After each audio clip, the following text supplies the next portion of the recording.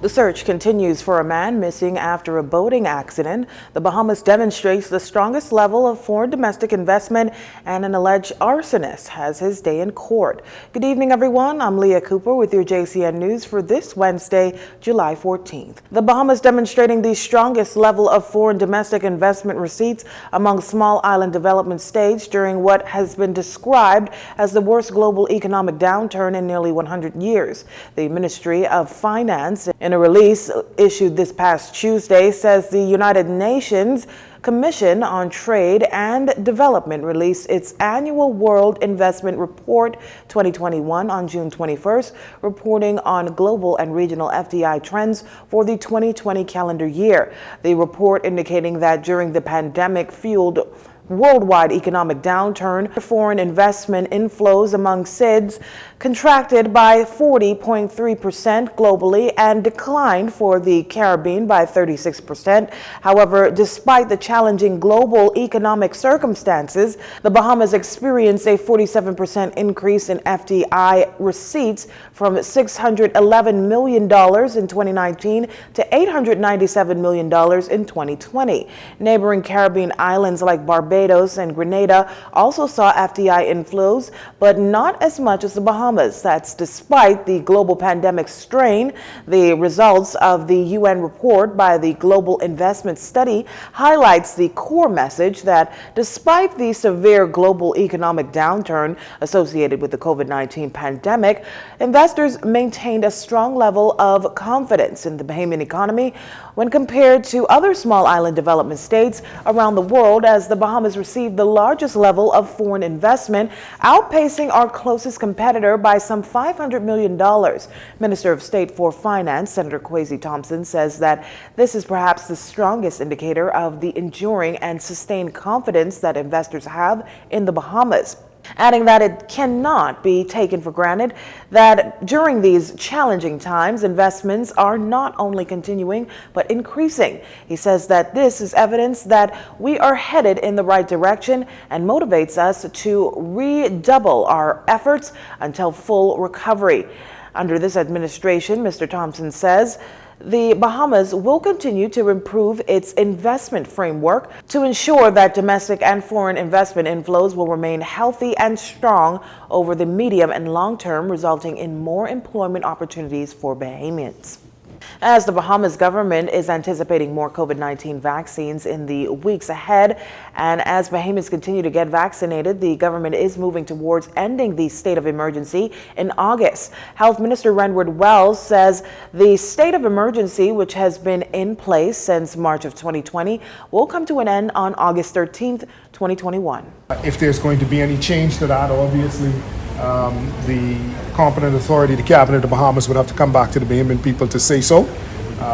Right now, there's no discussions about changing the fact that the emergency order ends on August 13th.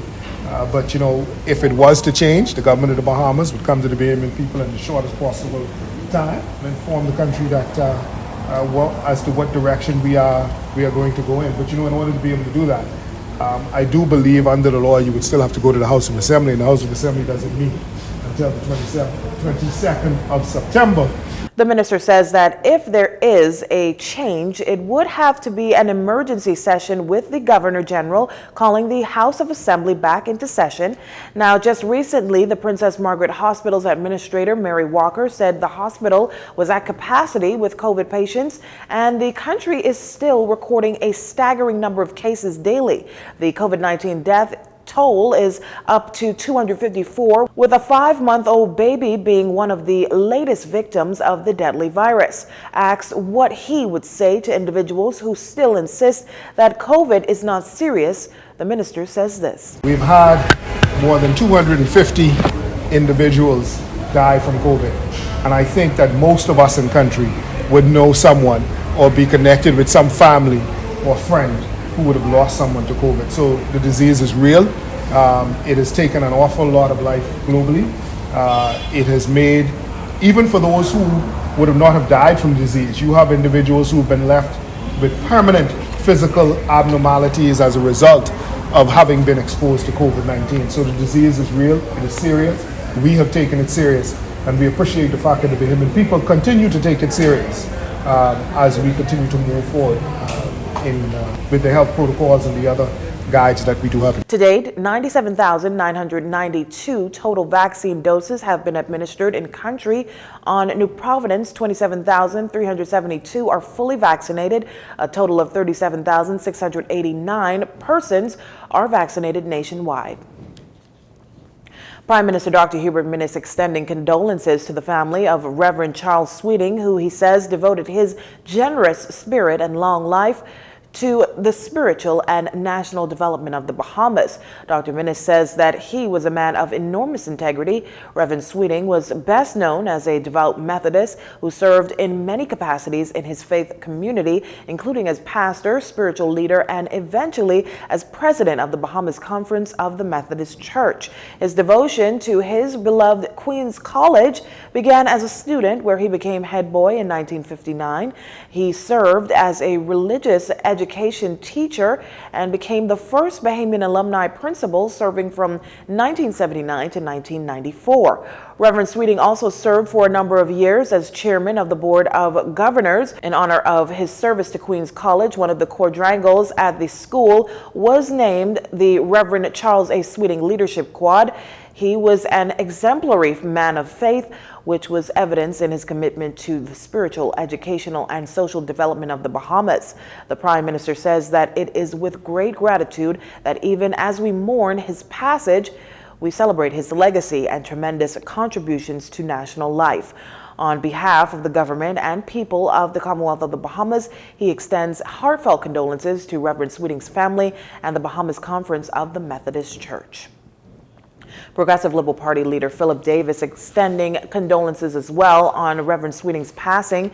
Mr. Davis, in a statement, says Reverend Sweeting was a giant leader in both the education and church communities, a nation builder par excellence, and his passing brings to an end a significant era in national leadership. The PLP leader, in expressing condolences on behalf of his wife, his deputy leader, Chester Cooper, and officers and members of the PLP, thanks Reverend Sweeting for his stellar and selfless service to the country.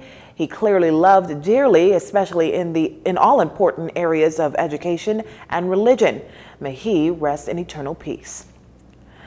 Search efforts continue for the missing individual unaccounted for after a jet ski collided with another vessel shortly after 7 p.m. this past Sunday. This much coming from a release issued by the Royal Bahamas Defense Force this afternoon. The Royal Bahamas Defense Force, along with Basra, a sportfish and marine tow vessel, and assets provided by the family, are currently involved with the effort. On being alerted to the incident shortly after 7 p.m., units from the Harbor Patrol Unit, or HPU, were dispatched, where they conducted a search of the area until after 9 p.m., where night fell and the weather made it difficult to continue. Therefore, the search was suspended until first light the following day. On Monday at about 6:23 a.m., the HPU resumed its search. To aid in the search, Royal Bahamas Defense Force divers were also deployed. The search continued throughout the day until about 5 p.m., where it was postponed due to unfavorable weather. On Tuesday, HPU reconvened the search of the area. In addition to Royal Bahamas Defense Force divers, aerial and submersible drones were also deployed to assist in the search effort. These activities continued until nightfall and was postponed until first light the following day. This morning, search activities resumed at about 7 a.m., where assets from the HPU, Royal Bahamas Defense Force divers, aerial and submersible drones, along with Basra and civilian vessels provided by the family, are presently conducting a search of the area. The Royal Bahamas Defense Force continues to conduct searches for the missing individual. You're watching JCN News. Stay with us.